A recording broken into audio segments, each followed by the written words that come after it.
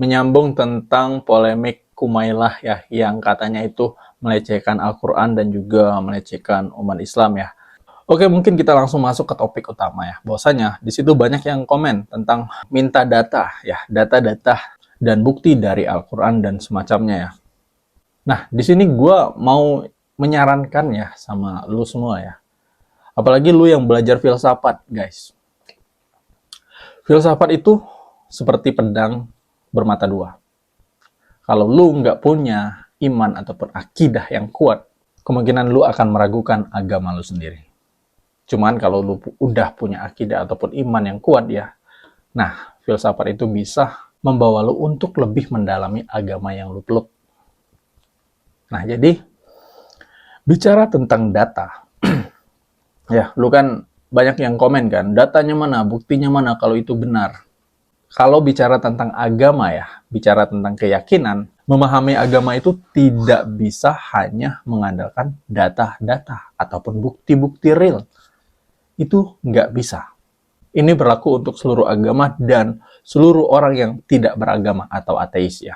Karena data-data yang kalian ambil ataupun yang kalian tampilkan sebagai bukti, itu bisa saja salah. Karena yang menulis itu adalah manusia.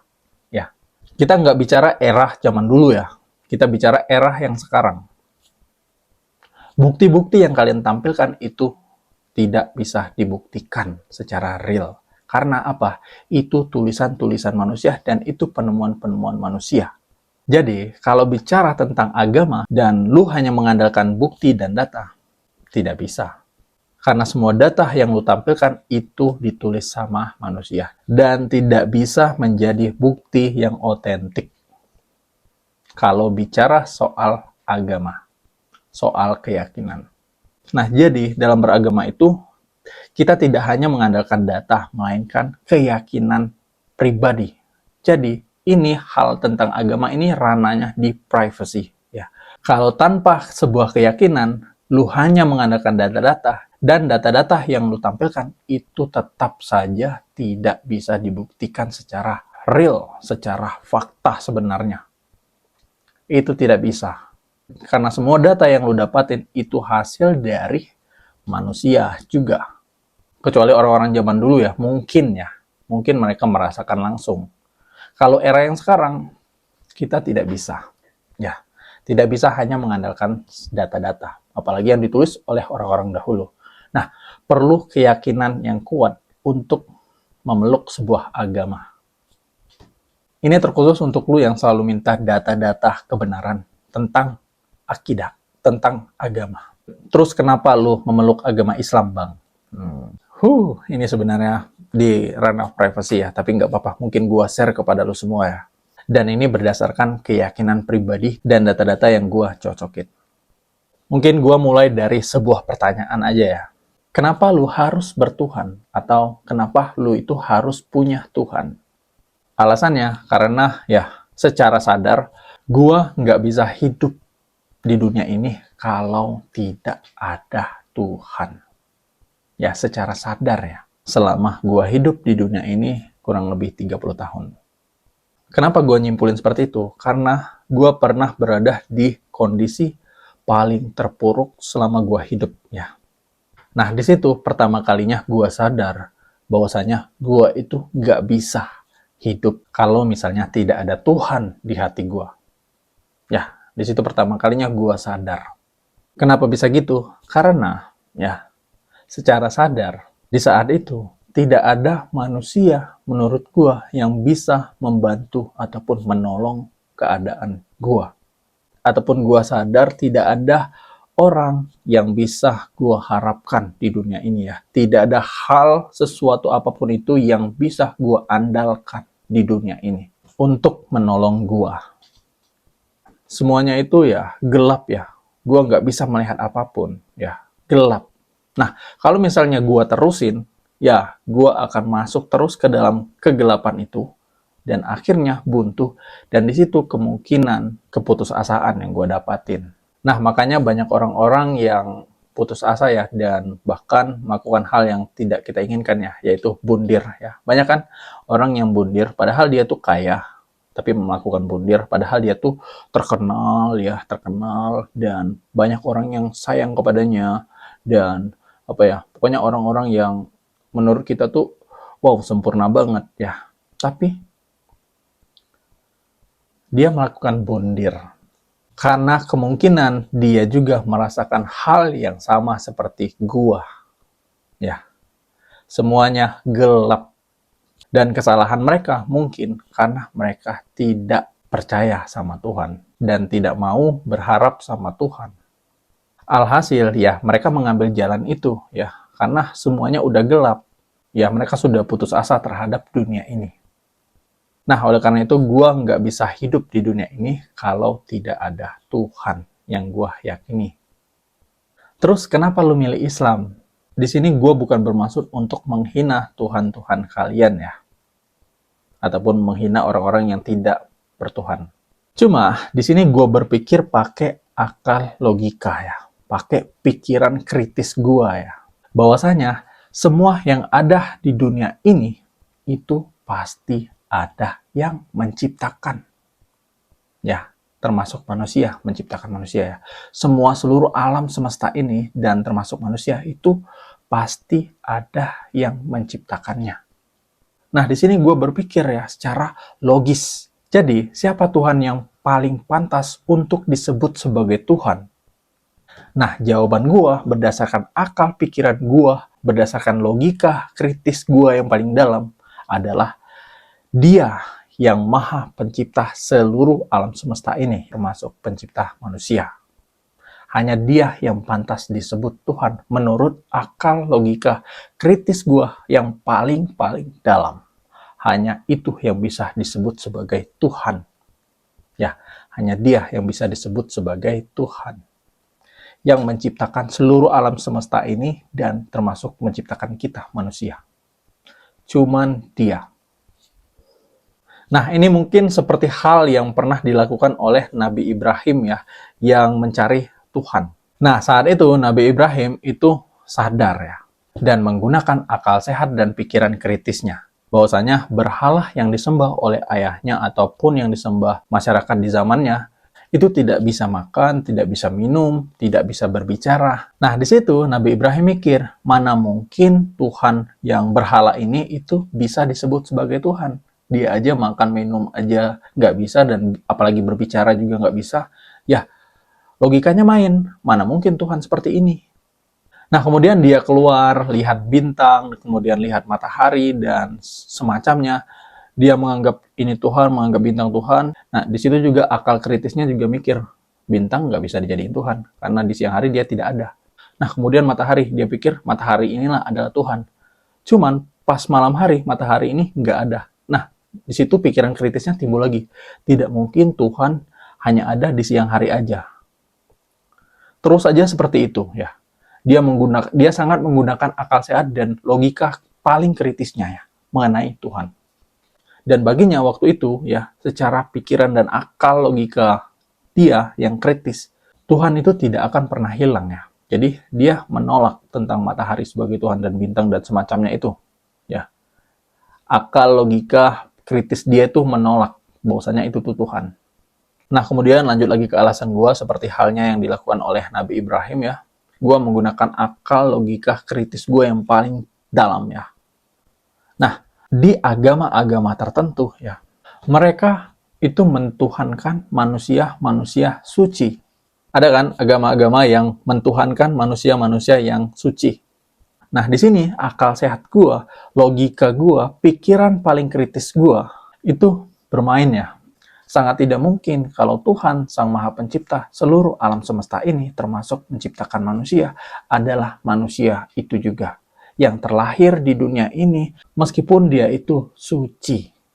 Ya, sangat tidak masuk ke akal logika gue. Kalau manusia itu adalah Tuhan yang menciptakan seluruh alam semesta dan termasuk menciptakan manusia. Tuh, di akal logika gue sangat tidak mungkin. Kalau Tuhan manusia, kalau Tuhan seperti manusia. Ini nggak masuk akal di logika gue ya. Karena Tuhan yang masuk ke logika gue itu tidak sesederhana itu. Itu tidak mungkin sama dengan gue. Tidak mungkin manusia seperti gue. Itu menurut akal logika gue, menurut pikiran kritis gue ya. Mungkin contoh aja ya, untuk kalian, untuk lu semua, para kreator, ataupun para seniman, ataupun para pencipta sebuah benda, apakah hal yang kalian ciptakan itu mengenal penciptanya? Apakah tulisan-tulisan yang kalian ciptakan itu mengenal penciptanya? Apakah benda-benda yang kalian ciptakan ini itu mengenal penciptanya? Ya, apakah laptop ini mengenal penciptanya siapa? Tidak. Meskipun yang kalian ciptakan itu adalah robot yang bisa berbicara, kalau tidak kalian setel ataupun setup dan beri instruksi kepada robot tersebut tidak akan berbicara. Ya, karena robot bicara itu karena sudah ada instruksinya dan sudah ada setup ataupun sudah disetel. Nah, kalau misal tidak disetel, dia tidak akan bisa berbicara atas kehendaknya sendiri.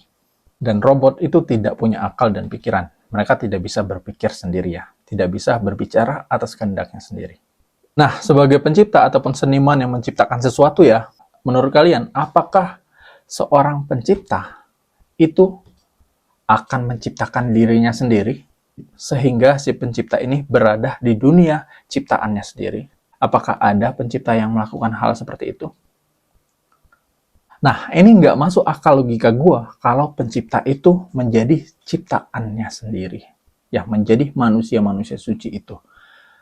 Nggak masuk ke logika gue, karena dia itu pencipta yang maha besar. Ya, dia maha segalanya, maha yang menciptakan seluruh alam semesta ini, maha yang menciptakan seluruh umat manusia, maha yang menciptakan malaikat dan semacamnya.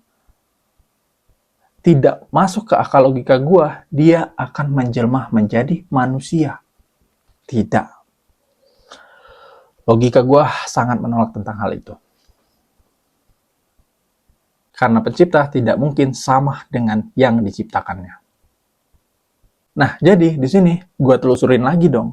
Agama yang paling dekat dengan Tuhan yang gue akui di dalam logika pikiran kritis gue. Agama yang paling dekat ya. Dan gue akhirnya ketemu dan ajaran itu adalah ajaran dari agama Islam. Karena ajaran agama Islam itu mereka mentuhankan Tuhan Sang Maha Pencipta seluruh alam semesta ini, termasuk manusia yang Maha Esa, tidak ada yang bisa menandingi keesaan dari Tuhan dari ajaran ini. Nah, Tuhan Sang Maha Pencipta seluruh alam semesta ini, termasuk manusia. Nah, mereka mentuhankan Tuhan yang seperti itu. Sesuai dengan logika kritis gua. Nah, itu alasan gua memilih Islam. Karena Tuhannya sesuai dengan logika gua. Ya, Tuhan yang menciptakan seluruh alam semesta ini termasuk manusia, tidak ada yang menandingi keesaan dari Tuhan Sang Maha Pencipta ini. Tidak ada yang bisa menandinginya. Oke, kalaupun ada, coba sebutkan ya. Satu aja Tuhan yang bisa menandingi Tuhan yang gue sebut tadi. Tuhan pencipta seluruh alam semesta ini termasuk manusia yang bisa menandingi keesaan dari Tuhan ini. Apakah ada Tuhan yang seperti itu?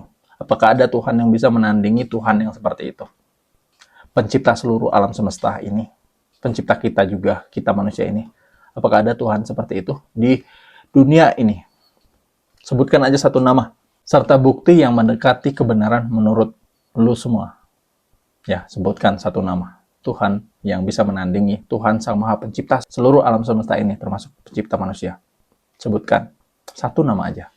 Gua sangat meyakini bahwasanya tidak ada yang bisa menandingi ataupun menyamai Tuhan yang gua maksud ya. Tuhan yang menciptakan seluruh alam semesta ini termasuk menciptakan manusia. Ya, tidak ada yang bisa menyamai Tuhan yang seperti itu. Dan Tuhan yang seperti ini itu disembah oleh orang-orang Islam. Ya, orang-orang yang berada di agama Islam. Oleh sebab itu, gua meyakini bahwa Islam adalah agama yang tepat untuk gue, karena sesuai dengan logika dan akal pikiran gue yang paling kritis mengenai konsep Tuhan. Nah, terus nanti ada yang nanya nih pasti, terus bukti Tuhan lu itu apa? Oke, salah satu bukti kuat ya, itu adalah adanya gua, adanya manusia, adanya seluruh alam semesta ini. Itu adalah bukti dari Tuhan yang gua anggap sebagai Tuhan. Buktinya adalah gua, adanya gua dan seluruh alam semesta di dunia ini. Nah, makanya gua bilang di awal tadi ya, kalau bicara tentang agama, itu tidak hanya bisa mengandalkan data-data saja, karena yang menulis data-data tersebut juga manusia, dan tidak bisa dibuktikan secara real, apalagi di era sekarang ini. Semuanya, semua data-data yang akan lu tampilkan mungkin, itu tidak akan bisa dibuktikan. Kalau kita bicara di ranah agama ya, bicara tentang agama ya. Karena agama itu ya soal keyakinan.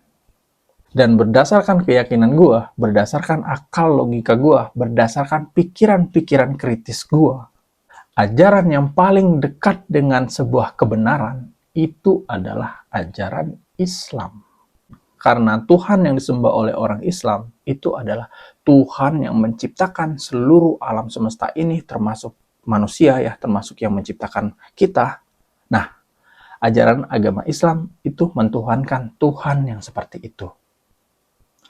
Nah, secara logika gue, Tuhan yang seperti itu nggak ada yang bisa nandingin, ya. Soalnya Dia yang menciptakan kita kok, ya, yang menciptakan seluruh alam semesta ini. Nah, itu alasan gue memilih ajaran Islam. Gue nggak mau Tuhan gue disamain sama manusia, ya.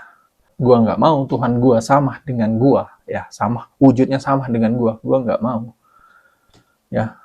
Karena bagi gue Tuhan itu wow, istimewa, ya, wow. Tidak mungkin Tuhan sama seperti gua wujudnya. Tidak mungkin. Tidak masuk di logika gua. Karena ini Tuhan loh. Karena ini Tuhan.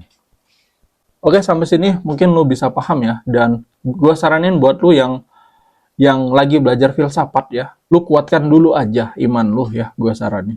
Dan nggak usah sombong minta-minta data-data ini, sedikit-sedikit data. Apalagi lu mainnya di ranah agama. Data-data yang lu sampaikan itu nggak berlaku.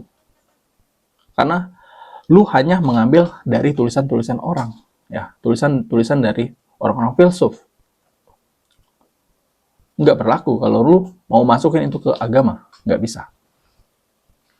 Ya, jadi gue saranin nggak usah sok berfilsafat kalau misal lu tuh baru belajar data-data.